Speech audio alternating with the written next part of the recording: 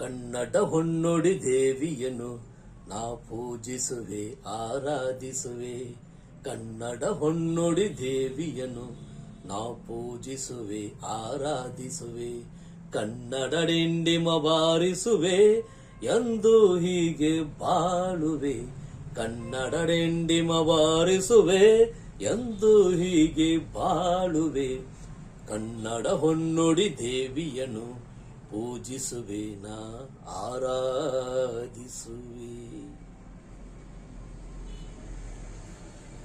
ನಮಸ್ಕಾರ.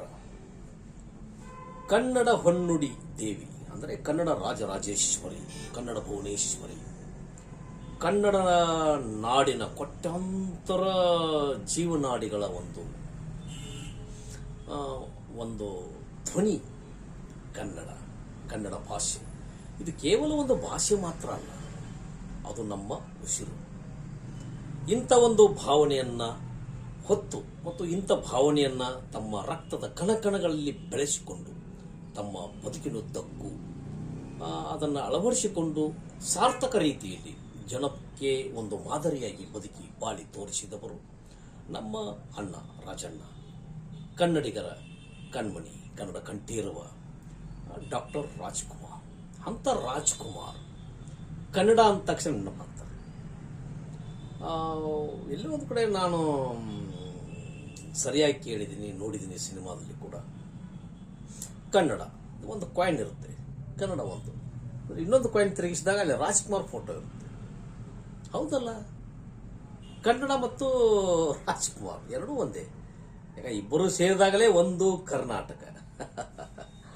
ಈಗ ಕನ್ನಡ ಹೊನ್ನುಡಿ ದೇವಿಯನ್ನು ಪೂಜಿಸುವೆನ ಆರಾಧಿಸುವೆ ಅಂತ ಆ ಸಿನಿಮಾದಲ್ಲಿ ಒಂದು ಗೀತೆಯನ್ನು ಬರೀತಾರೆ ಕವಿಗಳು, ಗೀತೆಯಲ್ಲಿ ಹಾಡ್ತಾರೆ ಗಾಯಕರು, ಮತ್ತು ಆ ಗೀತೆಗೆ ನಟಿಸ್ತಾರೆ ಕಲಾವಿದರು.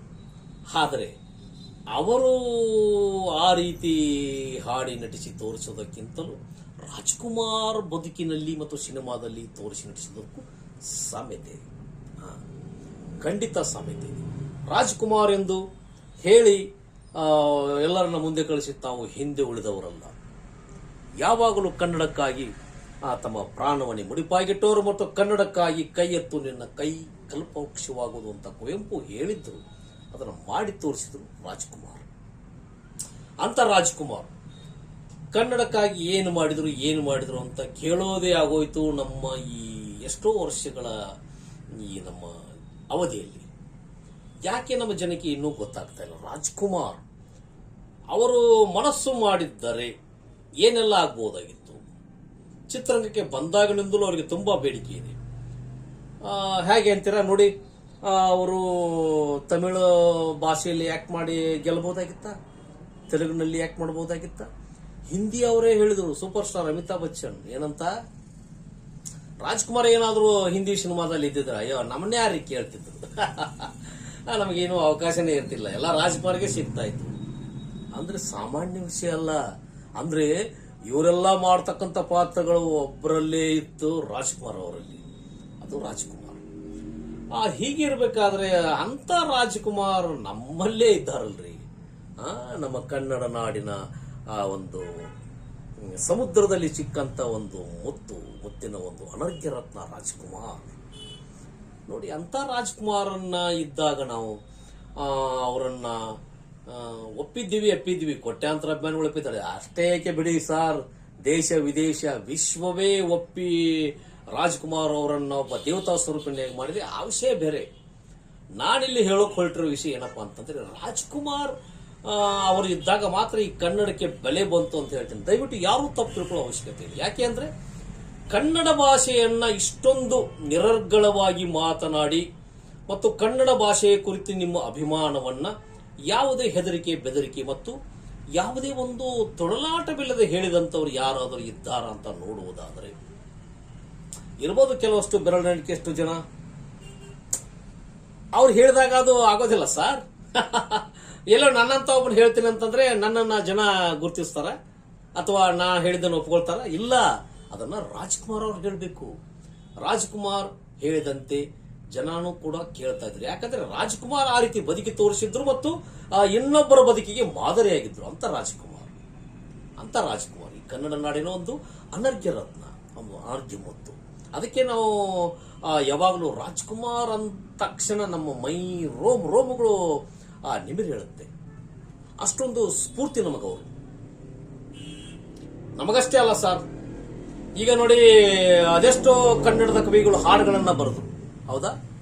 ಆ ಹಾಡುಗಳನ್ನ ಬಹುಶಃ ಎಷ್ಟು ಜನ ಪುಸ್ತಕದಲ್ಲಿ ಓದ್ತಾರೆ? ಅನಕ್ಷರಸ್ಥರೇ ತುಂಬಿದ ಅತ್ಯಂತ ಶ್ರೀಮಂತ ರಾಷ್ಟ್ರ ಭಾರತ. ಅಂಥದ್ರಲ್ಲಿ ಪುಸ್ತಕವನ್ನು ಎಷ್ಟು ಜನ ಓದ್ತಾರೆ? ದಯವಿಟ್ಟು ತಪ್ಪು ತಿಳಿಬೇಡಿ, ಯಾರನ್ನು ನಾನು ದೂಷಿಸ್ತಾ ಇಲ್ಲ. ಅಂತ ಹಾಡುಗಳನ್ನ, ಕವಿಗಳ ಹಾಡುಗಳನ್ನ ರಾಜ್ಕುಮಾರ್ ಅವರು ಹಾಡಿದಾಗ ಗೊತ್ತಾಗಿದ್ದು ನನಗೂ ಕೂಡ. ಇಷ್ಟೊಂದು ಮಾತನಾಡುವ ನಾನು ಕೂಡ ಹೇಳ್ತೇನೆ, ತೆರೆದಿದೆ ಮನೆ ಓ ಬಾ ಅತಿಥಿ ಈ ಹಾಡು ಗೊತ್ತಾಗಿದ್ದೆ ಹೊಸ ಬೆಳಕು ಸಿನಿಮಾದಲ್ಲಿತ್ತು. ನೇಗಿಲೆ ಹಿಡಿದು ಹೊಲದೊಳು ಉಳುತ್ತಾ ಉಳುವ ಯೋಗಿಯ ನೋಡಲ್ಲಿ ಗೊತ್ತಾಗಿದ್ದೆ ಆಗ.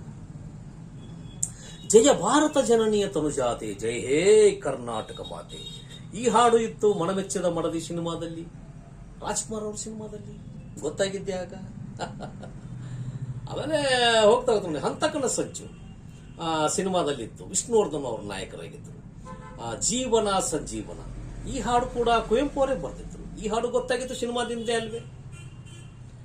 ಹಾಗೆ ಹೇಳ್ತಾ ಇದ್ರು ತುಂಬಾ ಇದೆ. ಉತ್ತರ ಧ್ರುವ, ದಕ್ಷಿಣ ಧ್ರುವಕ್ಕೂ ಎಲ್ಲ ಹಾಡುಗಳು ಜನಪ್ರಿಯಗೊಂಡದ್ದು, ಕವಿಗಳ ಹಾಡುಗಳು ಈ ಸಿನಿಮಾ ಪಯಣದಿಂದ. ಅದಕ್ಕೆ ನಾನು ಹೇಳೋದು, ಸಿನಿಮಾವನ್ನ ಕೇವಲವಾಗಿ ನೋಡಬೇಡಿ, ಅದು ಯಾವತ್ತೂ ಕೇವಲವಲ್ಲ. ಸಮಾಜದ ಒಂದು ಪ್ರತಿಬಿಂಬ, ಒಂದು ಕನ್ನಡಿ ಸಿನಿಮಾ. ನಾನೇ ಹೇಳೋದಾದ್ರೆ ನನ್ನ ಜೀವನವನ್ನು ತೆಗೆದುಕೊಳ್ಳಿ. ನನ್ನ ಜೀವನದ ಪ್ರತಿ ದಿನವೂ ನಾನು ಸಿನಿಮಾ ಮತ್ತು ಸಿನಿಮಾ ಪ್ರೇಮಿಯಾಗಿ ಬದುಕಿದ್ದೀನಿ. ಹಾಗಂತ ನಾನು ಸಿನಿಮಾ ಕ್ಷೇತ್ರದಲ್ಲಿ ಕೆಲಸ ಮಾಡಿಲ್ಲ. ತುಂಬಾ ಜನ ಕೇಳೋದೇ ಅದನ್ನೇ ನನಗೆ. ನಾನು ಯಾವ ಸಿನಿಮಾದಲ್ಲೂ ಕೆಲಸ ಮಾಡಿಲ್ಲ, ಸಿನಿಮಾ ರಂಗಕ್ಕೂ ನಾನು ಹೋಗಿಯೂ ಇಲ್ಲ.